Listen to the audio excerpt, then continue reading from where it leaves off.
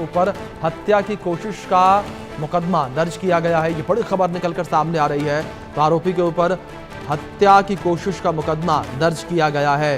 ये बड़ी खबर है जो इस बीच निकलकर सामने आ रही है। बीएनएस की धारा 109 के तहत केस दर्ज किया गया है।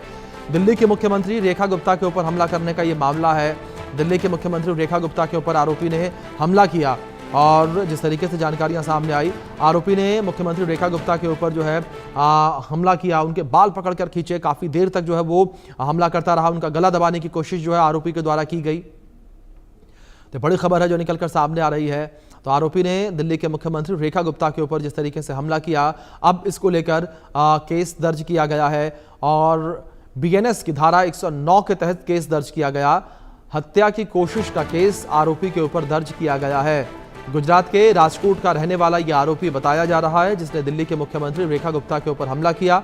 तो बड़ी खबर है जो निकलकर सामने आ रही है। दिल्ली के मुख्यमंत्री रेखा गुप्ता के ऊपर हमला करने का ये पूरा मामला है। तो ये बड़ी खबर जो इस बीच निकलकर सामने आ रही है।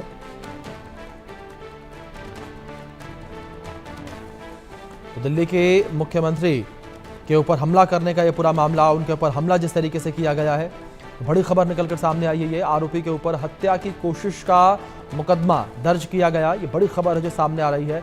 तो आरोपी के ऊपर हत्या की कोशिश का मुकदमा दर्ज किया गया है। बीएनएस की धारा 109 के तहत मुकदमा दर्ज किया गया है। ये बड़ी खबर है। केस दर्ज हो चुका है आरोपी के ऊपर और गुजरात के राजकोट का रहने वाला है ये आरोपी। ये बड़ी खबर जो निकलकर सामने आ रही है।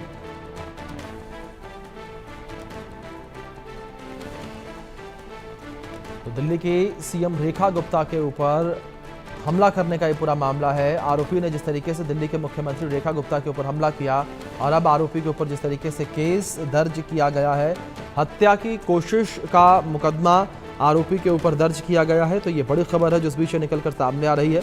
आरोपी के ऊपर ये मुकदमा दर्ज किया गया है और पुलिस की टीम आरोपी के साथ लगातार पूछताछ कर रही है। तो ये बड़ी खबर है जो निकलकर सामने आई है। आरोपी से पूछताछ की जा रही है।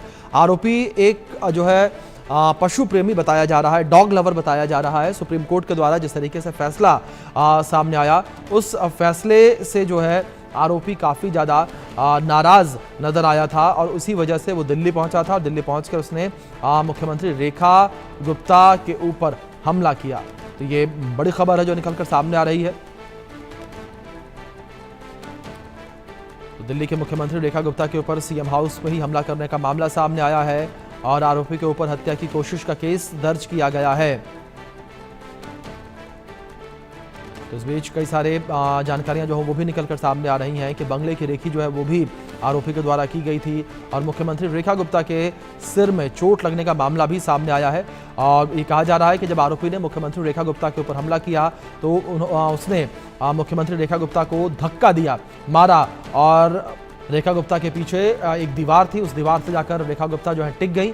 इसके बाद आरोपी जो है हमला करता रहा मुख्यमंत्री रेखा गुप्ता के ऊपर और अगल बगल के जो लोग थे जब तक कुछ समझ पाते कर पाते उतने में कई बार हमला आरोपी जो है वो मुख्यमंत्री रेखा गुप्ता के ऊपर कर चुका था। इसके बाद मौके पर मौजूद लोगों ने तत्पर जो है मुख्यमंत्री रेखा गुप्ता को इस आरोपी से छुड़ाने का प्रयास किया, लेकिन इस आरोपी ने मुख्यमंत्री रेखा गुप्ता के बाल पकड़ रखे थे, काफ़ी तेज़ी से बालों को खींच रहा था। लोगों ने आरोपी के हाथ पर भी मारा ताकि जो आरोपी है वो मुख्यमंत्री के बाल छोड़ दे। हमारे सहयोगी जावेद हुसैन जुड़ गए हैं, रुक करेंगे उनका अपडेट्स के लिए। जावेद, क्या इन्फॉर्मेशन आपको फिलहाल मिल पा रही हैं? जिस तरीके से खबरें ये भी निकलकर सामने आई हैं कि आरोपी ने पहले सीएम हाउस की रेकी भी की थी। देखिए, इस वक्त जो आरोपी है राजेश भाई का जो इस वक्त वो यहाँ पर आपको जो है वो सिविल लाइन थाने में इस वक्त रखा गया है जहाँ उससे पूछताछ चल रही है और सिविल लाइन थाने से ही उससे पूछताछ के बाद बताया जा रहा है कि उसको कोर्ट में पेश करेंगे और कोर्ट में पेश करने के बाद देखिए दिल्ली पुलिस अपनी तमाम चीज़ें रखेगी। लेकिन अभी तक की जो जानकारी मिल रही है कि इसके खिलाफ जो है वो केस दर्ज करने की तय चल रही है। हालांकि अभी तक जो है वो जानकारी यही मिल रही है और जो जिस तरीके से रेखा गुप्ता के जो दिल्ली के सीएम हैं उनके जिस तरीके से सरकारी निवास पर सुबह 8:20 पर ये शख्स पहुंचा था। ये राजकोट का रहने वाला है, अहमदाबाद के, और ये एक डॉग लवर्स भी है, मतलब और जानवरों से बहुत प्यार करता है। और ये यहाँ पर आकर जन सुनवाई के दौरान ही इसने रेखा गुप्ता पर हमला करने की कोशिश की। हालांकि जो वहाँ पे सुरक्षाकर्मी थे, जो रेखा गुप्ता के साथ जो वहाँ पर उनके अपने निजी जो स्टाफ होते हैं और जन सुनवाई में जो लोग थे, उन्होंने तुरंत इस शख्स को पकड़ लिया। हालांकि इसके साथ वहाँ पर पिटाई भी की गई कि नाराज़गी जाहिर की कि आखिर तुमने ये कदम क्यों उठाया।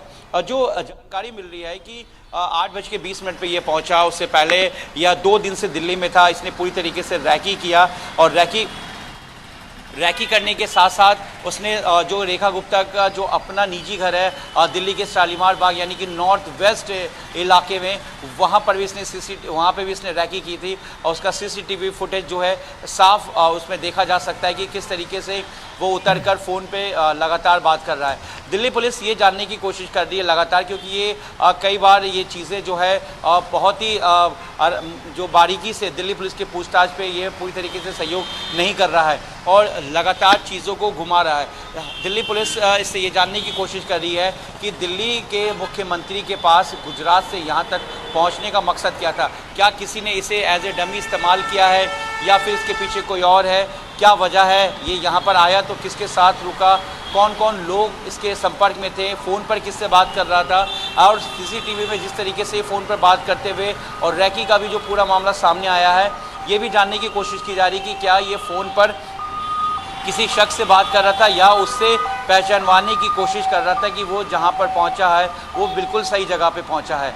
इस वक्त जो है जानकारी के मुताबिक तकरीबन 6 से 7 घंटे से ज़्यादा का समय हो गया है और जो है आपको बता दें कि जो अभी भी सिविल लाइन थाने का जो गेट है वो बंद है, आमतौर पर खुला रहता है, लेकिन इस वक्त जो है राजेश भाई जो है वहाँ पर जो राजकोट का रहने वाला है, जिसकी पहचान हुई 41 साल का, वो इस वक्त यहीं पर अंदर है। उससे लगातार पूछताछ की जा रही है और उसके बाद ही जो जानकारी मिल रही है कि उसे फिर जो है यहाँ से निकाला जाएगा कोर्ट के लिए। लेकिन सबसे बड़ी बात यह है कि दिल्ली पुलिस इस मामले को ये जानने में जुटी कि आखिर वो राजकोट से यहाँ आया तो किसके पास रुका, कहाँ रुका। शुरुआत में तो ये जानकारी मिल रही कि ये शेल्टर हाउस में रुका था, लेकिन फ़िलहाल पुलिस उसकी बातों पर यकीन नहीं कर रही है और वो उससे लगातार ये जानने की कोशिश कर रही कि आखिर वो कहाँ पे रुका था 2 दिन और किस तरीके से उसने यहाँ पे रैकी किया, क्योंकि वो गुजरात का रहने वाला है। क्या वो दिल्ली को बहुत अच्छे से जानता है या नहीं जानता है, या कौन उसको इस तरह से सपोर्ट कर रहा था जन सुनवाई में, जहाँ पे दिल्ली की सीएम रेखा गुप्ता जो हैं वो लोगों से मिलती हैं। हर बुधवार को वो सुबह लोगों से इंटरेक्ट करती हैं, लोगों की परेशानियों को सुनती हैं, उसके बाद ये जन सुनवाई ख़त्म होता है। 8:20 की ये घटना है जब जो ये शख्स है राजेश, जिसकी पहचान हुई, इसके आधार कार्ड को भी दिल्ली पुलिस ने बरामद किया और जिस तरीके से इस पूरी घटना को अंजाम दिया है, फिलहाल अपने में कहीं ना कहीं चौंका देने वाला है और पुलिस इस पूरे मोटिव को समझने की कोशिश कर रहा है। जी बिल्कुल जावेद, जाहिर तौर पर पुलिस लगातार पूरे मामले को लेकर जांच पड़ताल कर रही है। लेकिन जावेद, इन्फॉर्मेशन कुछ ये भी निकलकर सामने आई थी कि गुजरात पुलिस जो है, राजकोट पुलिस जो है, वो भी जो आरोपी उसके घर पहुंची थी और आरोपी की मां को भी थाने लाया गया था पूछताछ के लिए।